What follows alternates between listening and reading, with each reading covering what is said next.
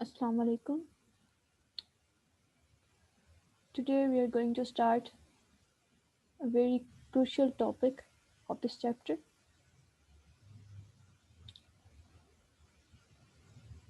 Before that, we'll start premature contractions. Premature contractions में क्या क्या चीज़ें आती हैं? सबसे पहले उसकी कॉजेस, फिर जो है उसकी टाइप्स कि किस तरह की कॉन्ट्रैक्शन हो सकती हैं हार्ट के अंदर, और उसके बाद फिर हम स्टडी करेंगे जल्दी से प्रॉक्सिमल टैकीकार्डिया को, और फिर हम वेंट्रिकुलर फिब्रिलेशन पढ़ाएंगे जो कि हमारे कोर्स का मेन टॉपिक है. So let's start with premature contraction. बिस्मिल्लाहिर्रहमानिर्रहीम. प्रीमेच्योर कॉन्ट्रैक्शन से आप क्या मुराद लेते हैं कि नॉर्मली इलेक्ट्रोकार्डियोग्राम में या नॉर्मली जो हार्ट है वो जितना कॉन्ट्रैक्ट कर रहा है उससे उस टाइम पीरियड से पहले अगर हार्ट कॉन्ट्रैक्ट कर जाए, वेंट्रिकल्स कॉन्ट्रैक्ट कर जाएं या एट्रिया कॉन्ट्रैक्ट कर जाएं, तो उस चीज़ को हम बोलते हैं प्रीमेच्योर कॉन्ट्रैक्शंस. ठीक है, ये डिजीज़ है, इसको हम एक्स्ट्रा सिस्टोल भी बोल देते हैं, प्रीमेच्योर बीट भी बोलते हैं और एक्टोपिक बीट भी बोल देते हैं. ये इस प्रीमेच्योर कॉन्ट्रैक्शन के ही और नाम हैं. एमसीक्यूज के हवाले से पूछे जा सकते हैं. फिर है कॉज ऑफ प्रीमेच्योर कॉन्ट्रैक्शन. याद रहे कि ये कॉजेस जो है यहाँ पर मैं बयान करने लगी हूँ, यहाँ पर जो रीड आउट करने वाली हूँ, वो सारी की सारी जो कॉजेस हैं आगे जब हम टाइप्स पढ़ेंगे प्रीमेच्योर कॉन्ट्रैक्शन की, तो सारी की सारी कॉजेस हो सकती हैं उसके अंदर उसको उस कॉन्ट्रैक्शन को, उस प्रीमेच्योर सर्टेन प्रीमेच्योर कॉन्ट्रैक्शन को करवाने में. ठीक है, तो उन्होंने बार बार उसको एक्सप्लेन करने के बजाय पहले ही कॉजेज बता दी हैं हमें. तो क्या होता है, इसकी कॉज क्या है? सबसे पहले है एक्टोपिक फोकाई. एक्टोपिक फोकाई क्या होते हैं कि हार्ट के अंदर पेस मेकर्स के अलावा जो हमारे पास एवी नोड, मतलब जो मेजर कंडक्टिव सिस्टम है, इलेक्ट्रोजेनिक सिस्टम है, एसए नोड, एवी बंडल और परकिंजी फाइबर्स, इनके अलावा किसी भी हार्ट के पोर्शन में कोई फोकल पॉइंट हार्ट बना लेता है, ठीक है, या डिफरेंट फोकल पॉइंट्स बना लेता है, तो वहाँ से क्या होता है, इम्पल्स की जनरेशन स्टार्ट हो जाती है, और वो सारे के सारे हार्ट में या अपने एक डेफिनेट रीजन के अंदर वो क्या करना शुरू कर देता है, डिपोलराइजेशन करना शुरू कर देता है, और उसकी वजह से वो डिफरेंट रीजन जो है वो डिफरेंट टाइम पीरियड के अकॉर्डिंग जो है ना क्या करने लग जाते हैं, कॉन्टेक्ट करने लग जाते हैं. तो वो जो सर्टन पॉइंट है या वो जो सर्टन पेस मेकर छोटा सा बन गया हार्ट के अंदर, या पेस मेकर्स बन गए हार्ट के मसल्स के अंदर, उनको हम एक्टोपिक फोकाइज बोलते हैं. या जो दूसरी कॉज है वो है लोकल जो इस्कीमिया है, ब्लड इस्कीमिया की वजह से होता है ऐसा.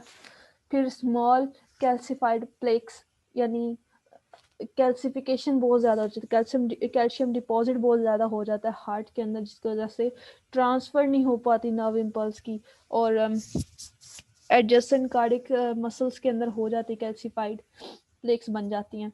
तीसरी जो चीज़ है वो toxic irritation of the AV node Purkinje system.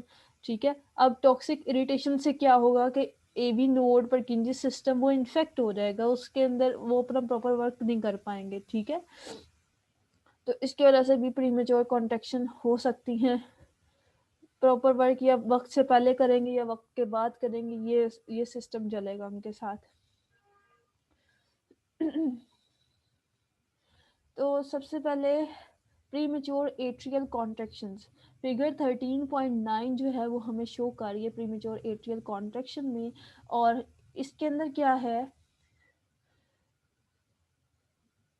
Atria ने अपने टाइम पीरियड से पहले कर जाना है contract due to ectopic focus.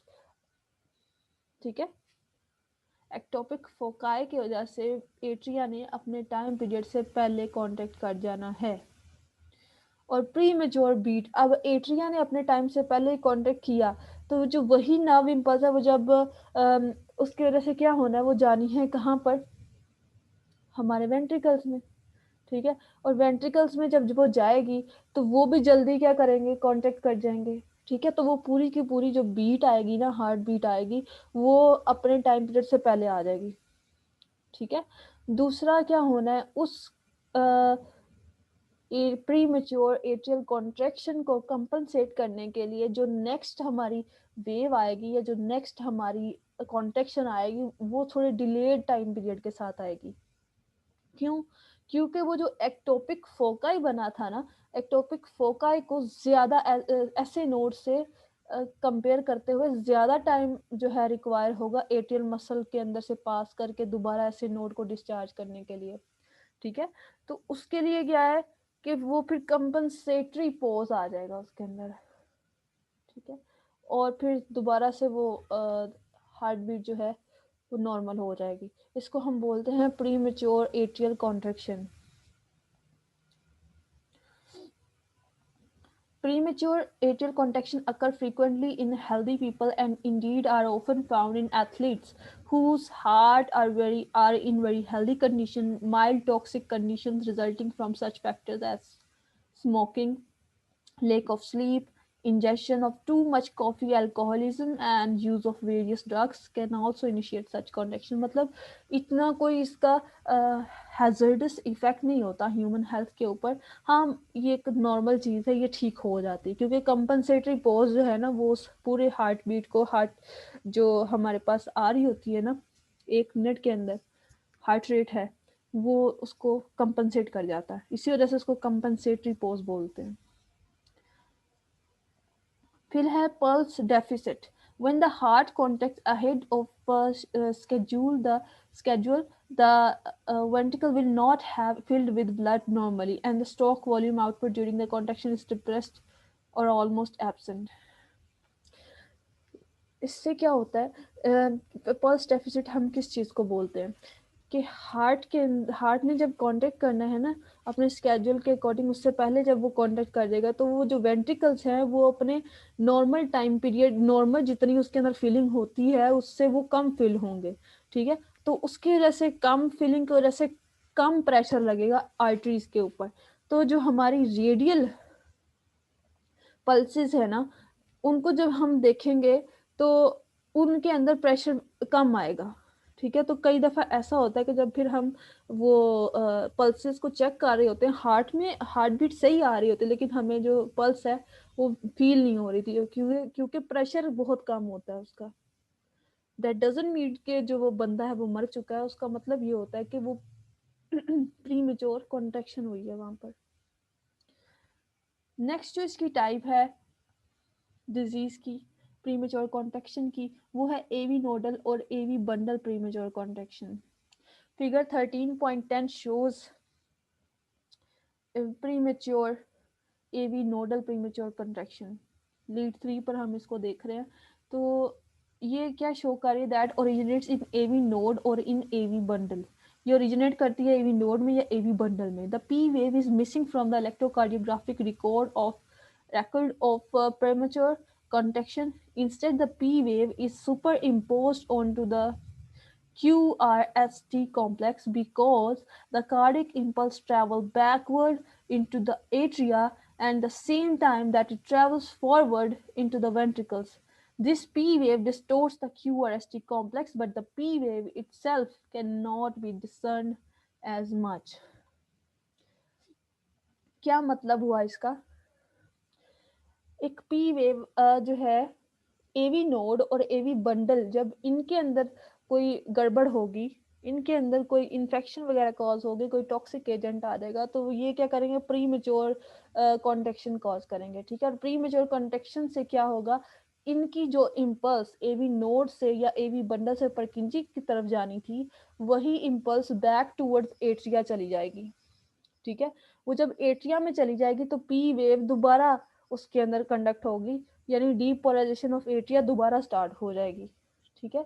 तो वो ये कह रहे हैं कि इससे पी वेव पर कोई फर्क नहीं पड़ता, वो सुपर इम्पोज कर जाती है, यानी वो मिल जाती है, उसका टाइम पीरियड दोबारा मैच अप कर जाता है किसके साथ, क्यू आर एस टी के साथ, ठीक है।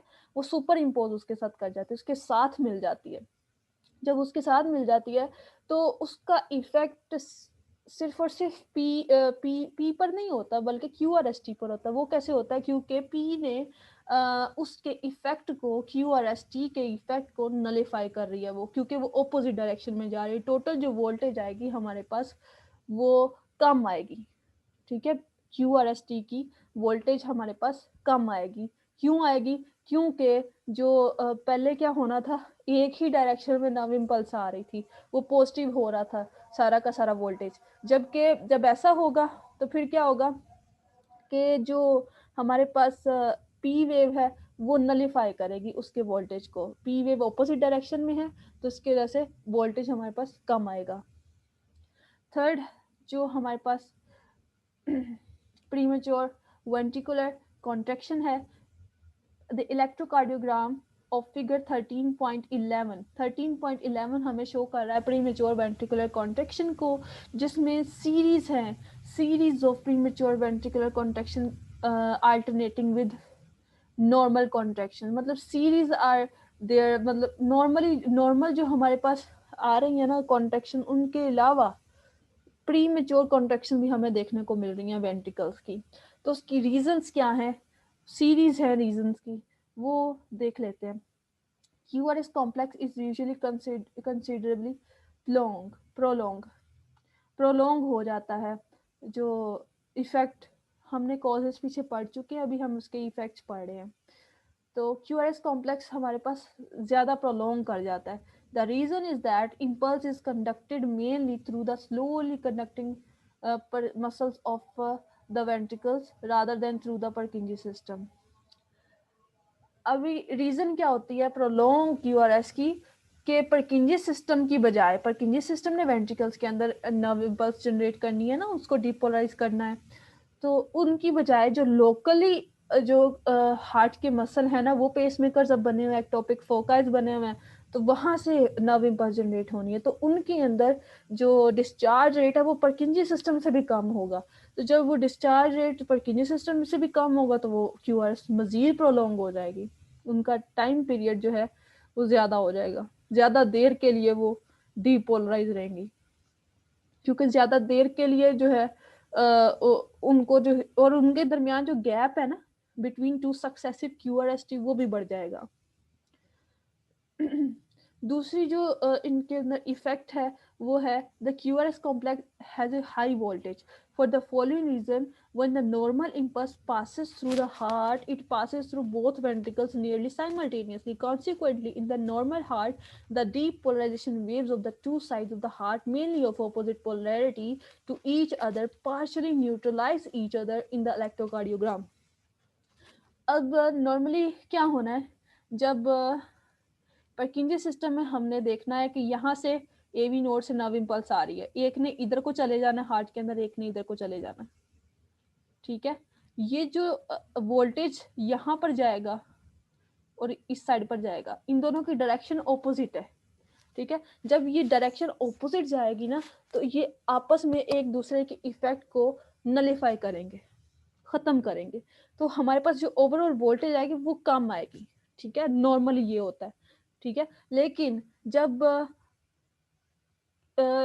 हमारे पास एक्टोपिक फोकाइज डिफरेंट बन गए हैं, परकिंजी सिस्टम काम नहीं कर रहा, और परकिंजी सिस्टम जब काम नहीं कर रहा तो हार्ट के मसल्स जो है वो कॉन्ट्रैक्ट और रिलैक्स करा रहे हैं, उन्होंने डीपोलराइजेशन करा रही है वेंट्रिकल्स की। तो फिर क्या होता है, जो right side of the heart है वो वेंट्रिकल से, जो लेफ्ट वेंट्रिकल है उससे या तो पहले कांटेक्ट कर जाएगा या बाद में कांटेक्ट कर जाएगा, ठीक है। उससे क्या होता है कि डिफरेंट वोल्टेज जो है वो आपस में एक या दोनों फिर एक ही डायरेक्शन में मूव कर जाएंगे। यानी यहाँ से, ये देखो यहाँ पर अगर वो मसल है हार्ट का, यहाँ पर एक्टोपिक फोकाई बना हुआ है, तो उसने इस डायरेक्शन में मूव कर जाना है उसकी वोल्टेज ने, ठीक है।